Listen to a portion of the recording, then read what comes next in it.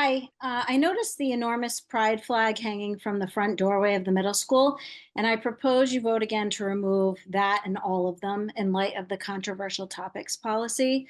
I'll assume that you have no clue what the flag was either then or now. Back in the 70s, even gay men and lesbians found the idea of a single community pretty challenging. Lesbians had very different needs, demands, and restrictions than their gay male counterparts, and nobody trusted the bisexuals. I remember in the 90s when it finally became acceptable that gays were born this way and shouldn't be punished for it, until the transgender unicorn nonsense emerged, where literally any and every confusing form of degenerative fetish sexuality suddenly became a brave choice. In the past few years, this flag and everything it represents has morphed into a cultist symbol and really should be treated as any improper religious symbol on a public building. Even worse, every week there's a new version of it. Now it's black and brown and pink and blue baby colors and new symbols no one understands. It is not an all-inclusive and loving community as they falsely promote.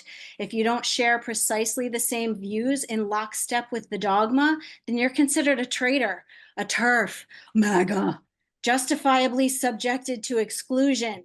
And trust me, I know intimately how these hypocrites operate. Flying the flag is the first test of who will kiss the ring and obey. June is the holy month of worship, their own manufactured Ramadan, to publicly evaluate the faithful believers while more importantly outing those who don't comply. What are we even celebrating?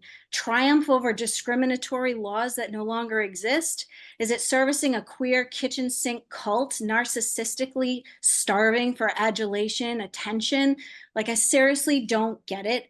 Regardless, it's controversial, it's divisive, and the only flag that should be flown from any public building, any school building, is the American flag. Thank you. Judy Crosby. Thanks. First, I'm going to ask the chair to consider doing what he did earlier this year, which is starting the meeting, or at least the open forum, with the anti-discriminatory policy of the district. Based on the comments we just heard, this is not a safe space for students and families who identify as LGBTQIA. My actual comments: one, please return to meeting in person. Two, if you are going to meet on Zoom, everybody should please have